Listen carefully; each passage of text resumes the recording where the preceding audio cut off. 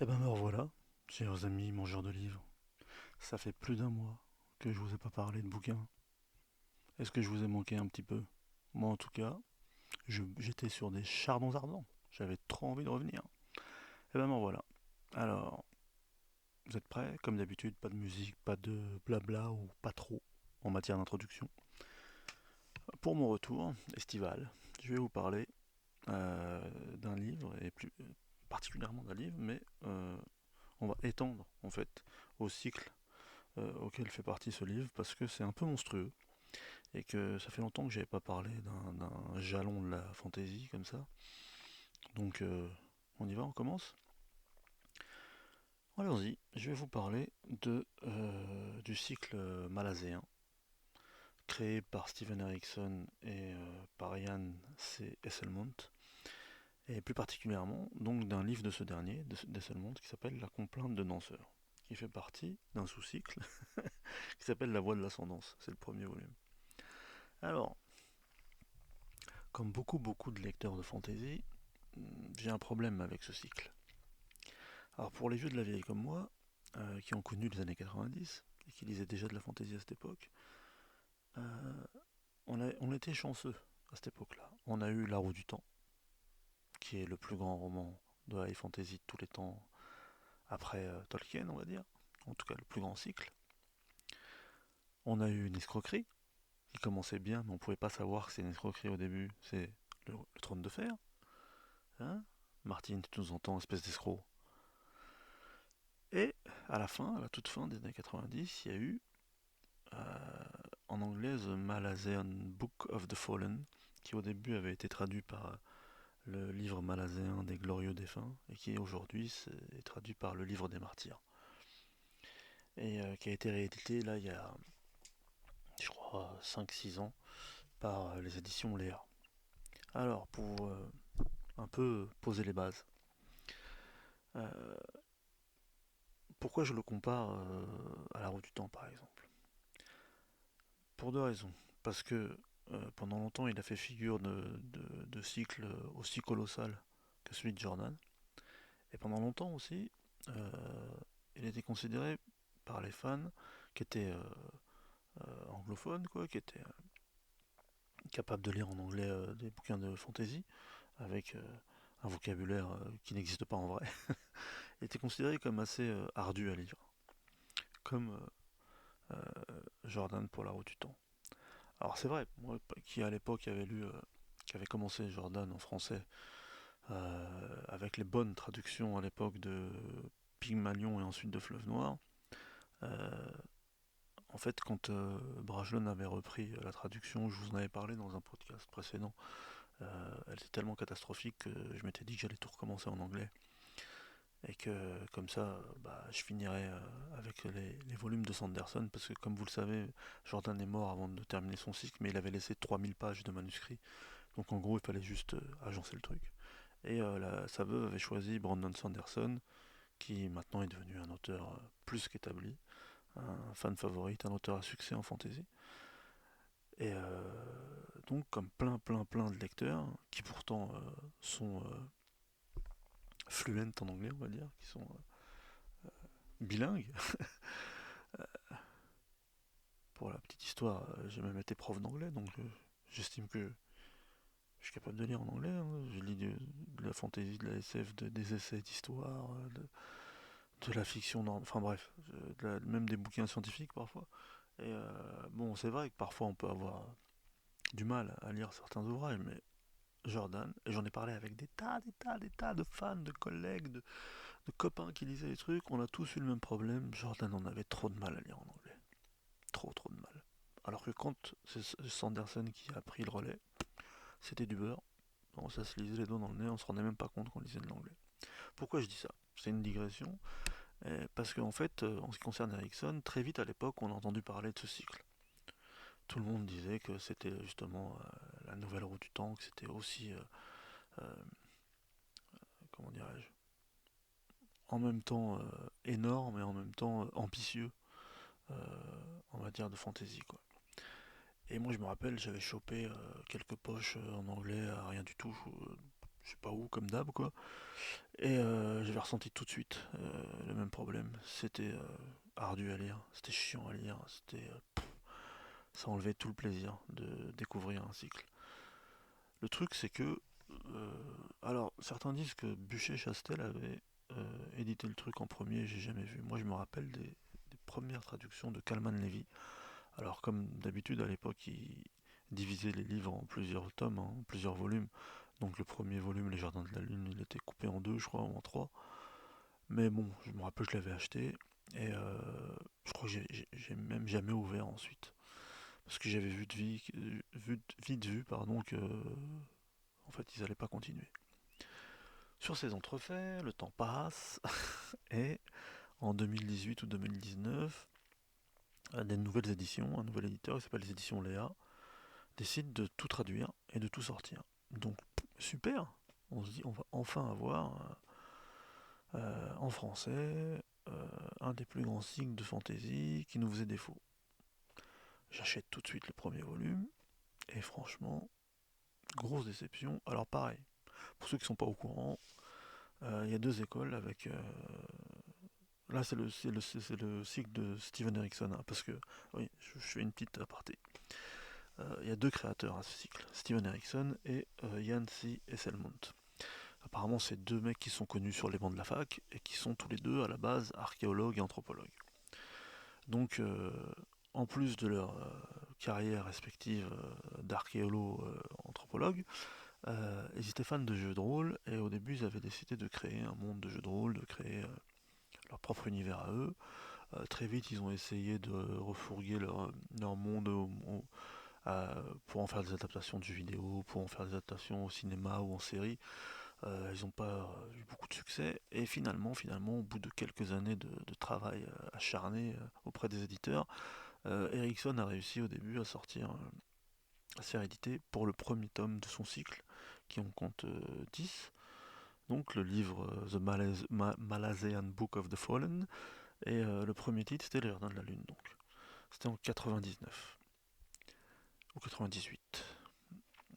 Ah, ma mémoire me fait défaut, mais comme j'ai noté cette fois-ci, euh, je peux vous le dire, c'était en... J'ai noté, mais je l'ai noté où? Non, je rigole, je vais le trouver. Je vais le trouver. 99, j'avais raison, quelle mémoire fantastique. Enfin bref, c'était en 99. Donc il arrive un peu, je crois qu'il en sort un ou deux, et tout de suite c'est un succès incroyable dans le monde anglo-saxon. Je crois qu'il en a vendu. Alors je sais pas s'il en a vendu 1 million en tout, des 10 volumes, ou si dès le début on a vendu des centaines de milliers et on arrivait presque au million. Toujours est-il que au bout du deuxième ou troisième volume, il était approché par d'autres éditeurs, et pour le garder, son éditeur, c'était un éditeur anglais. Je sais plus si c'est Harper ou Random, enfin bref. Ils lui ont offert à l'époque, ça avait fait grand bruit, une avance de 680 000 livres sterling pour qu'ils restent chez eux en fait. Et pour les. Je crois que c'était pour 9 bouquins. Alors c'était juste une avance, hein, mais c'est une avance fantastique. Donc le gars, bien sûr, ça allait changer sa vie. Il a dit oui. Bref, on en revient donc à ces 10 bouquins que sont le cycle malazéen. Et pour en revenir en fait, que moi quand je l'ai lu, comme bon nombre de lecteurs, en fait on a été super déçus. Parce que comme je vous le dis, il y a deux écoles.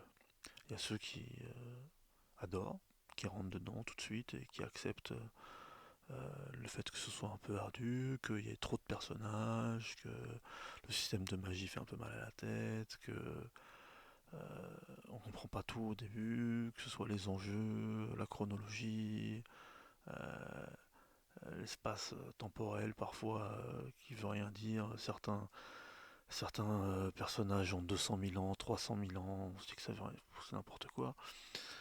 Et puis, donc, il y a ceux qui accrochent, ceux qui accrochent pas. Moi, je vous avoue que j'ai fait partie de ceux qui accrochaient pas. Je me suis dit, c'est n'importe quoi.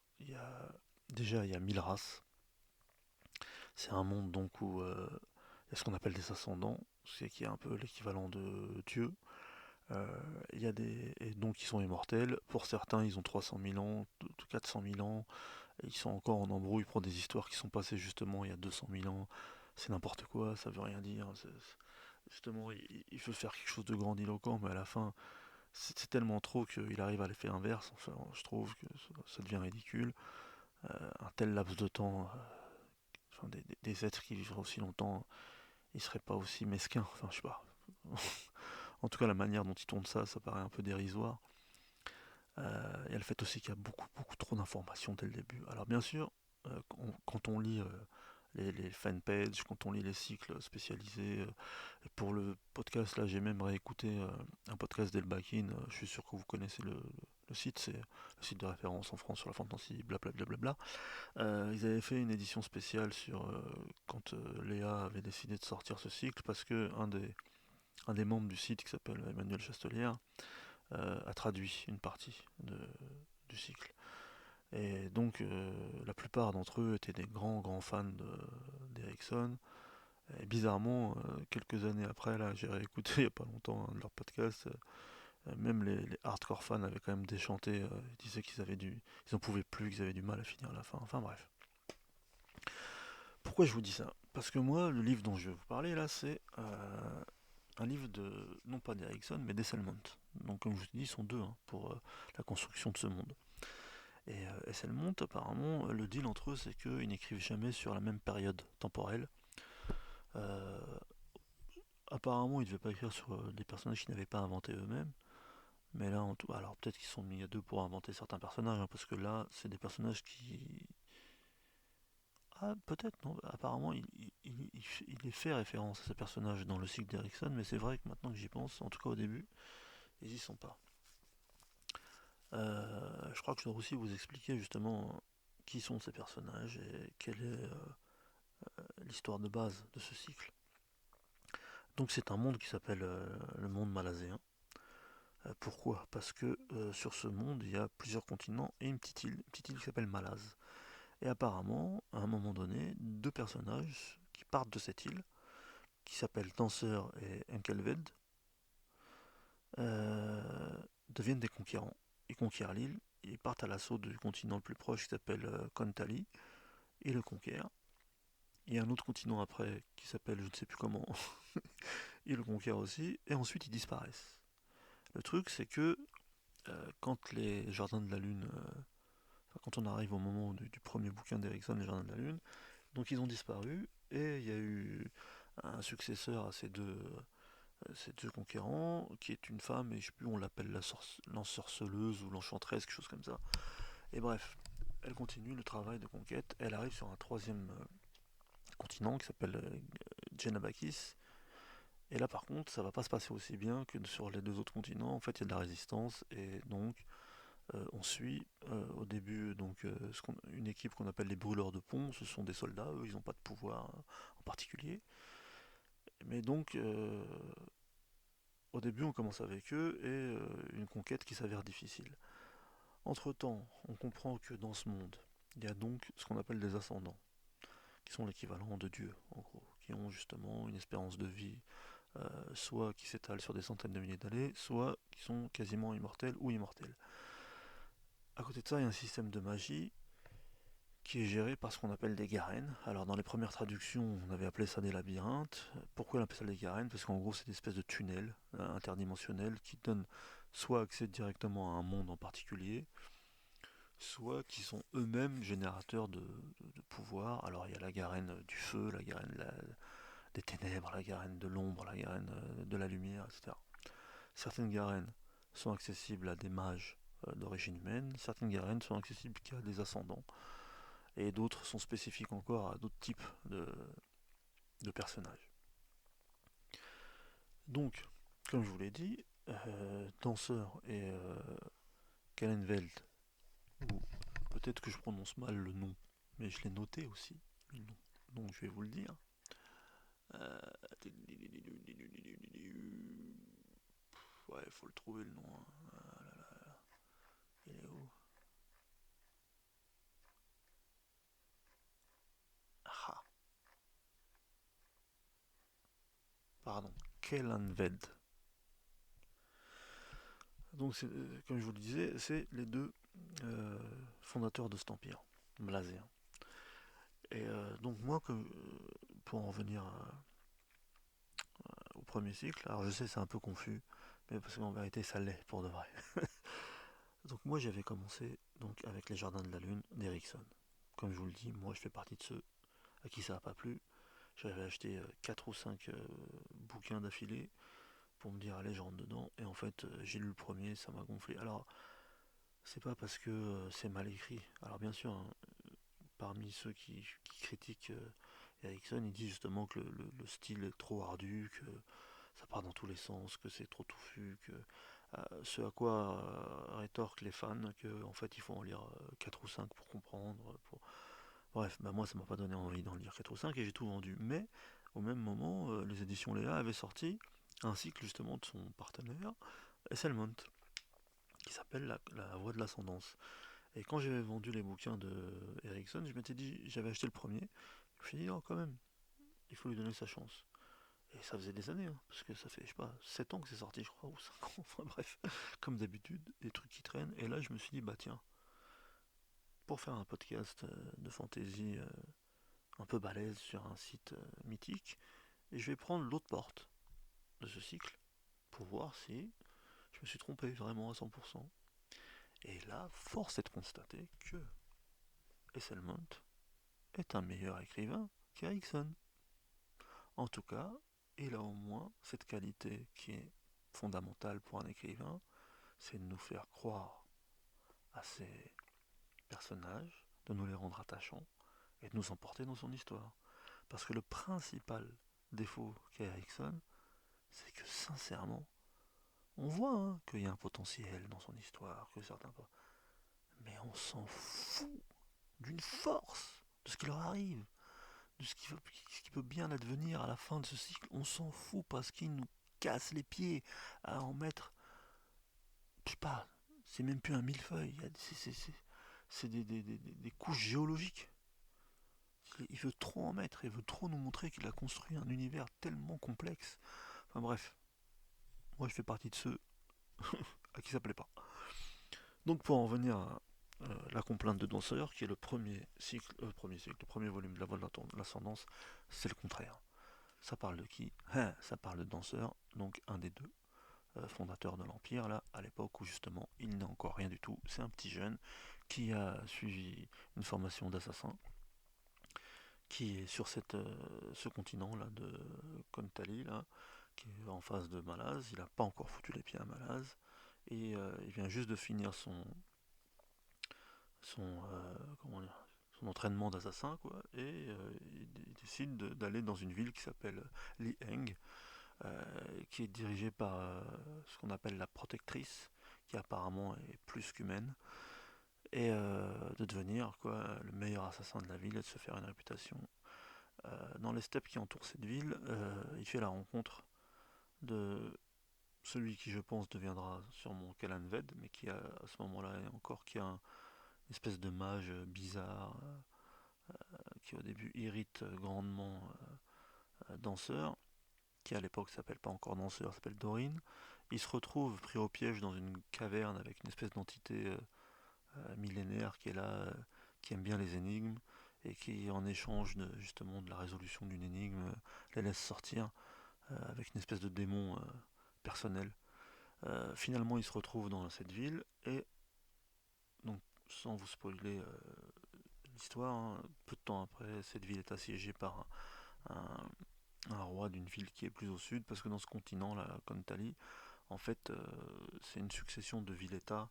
Pendant longtemps, justement, ça a été dirigé par une ville qui s'appelle Tali, justement, là, dont est originaire Dorine, là. Et maintenant, en fait, cette hégémonie a pris fin depuis quelques temps, et comme d'habitude, la nature a horreur du vide.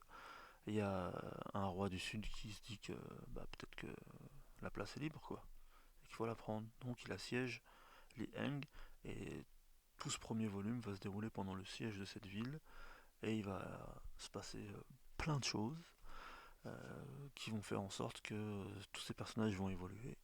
Et en tout cas, moi je m'attendais sincèrement à lâcher le bouquin, je me suis dit ça va sûrement être quoi. Mais non, en fait c'est pas vrai.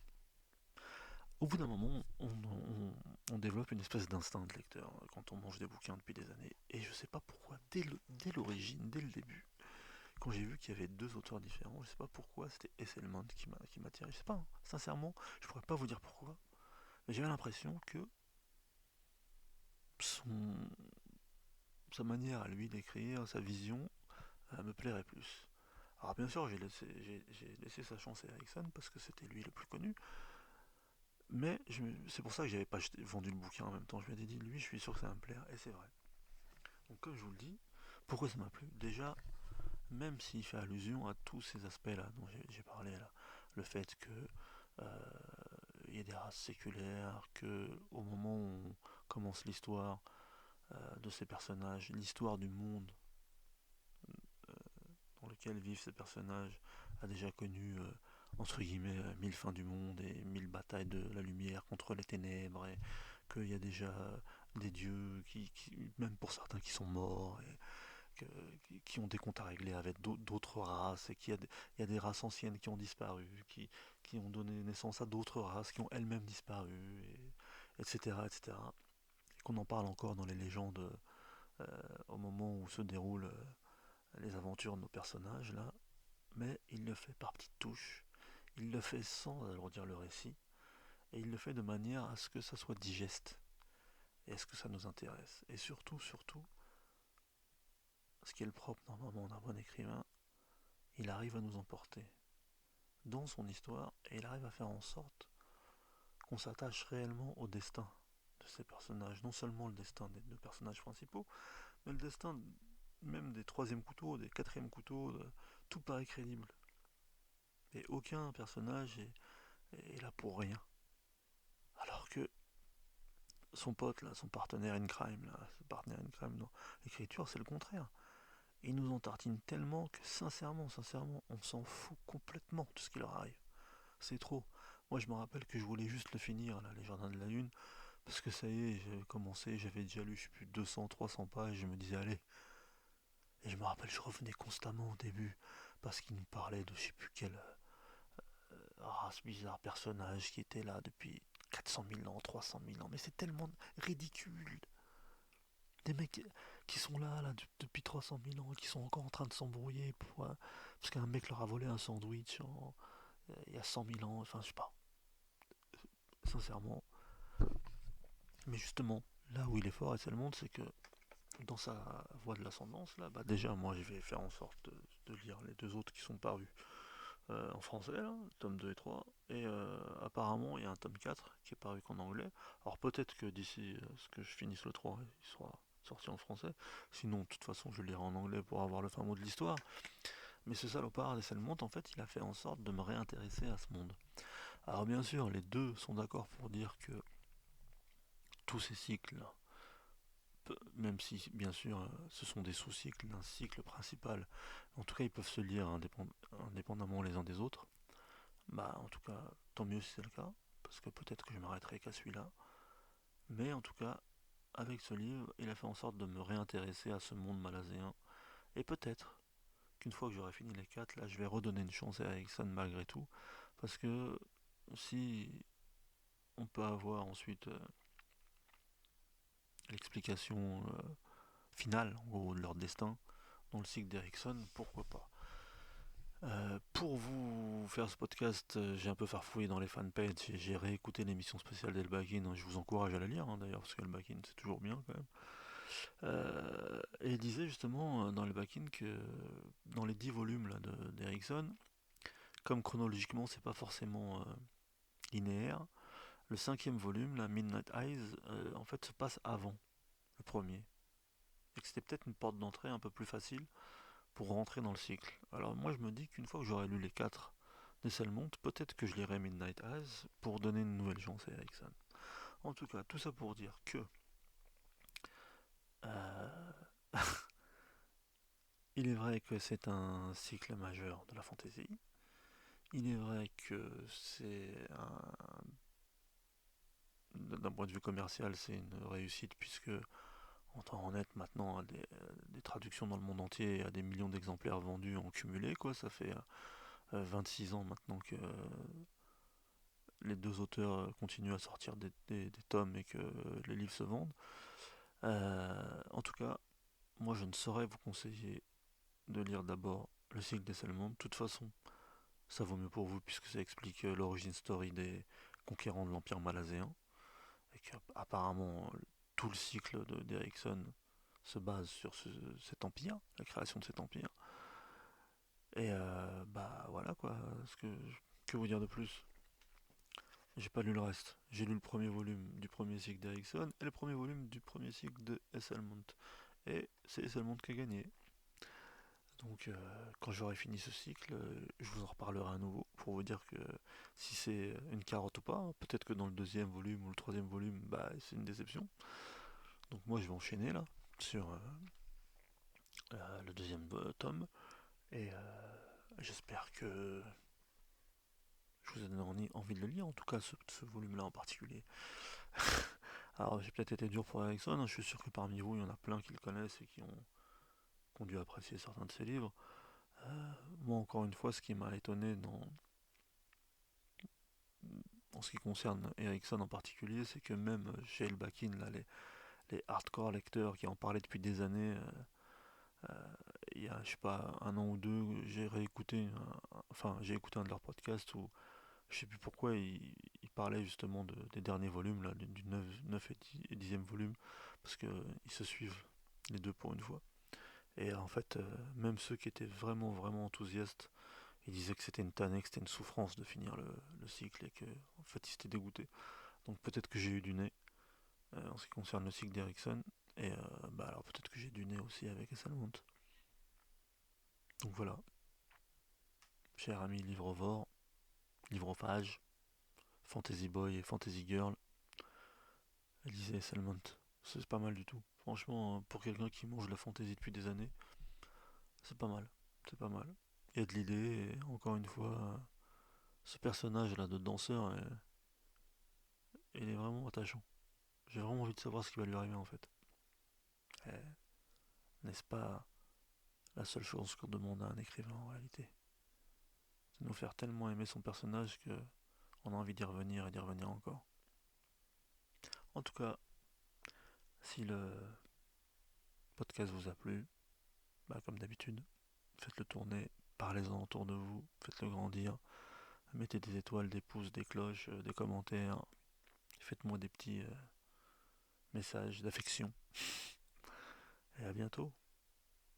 Là, c'est les vacances, donc je vous donnerai des rendez-vous un peu plus rapprochés, j'espère. Salut les mangeurs de livres.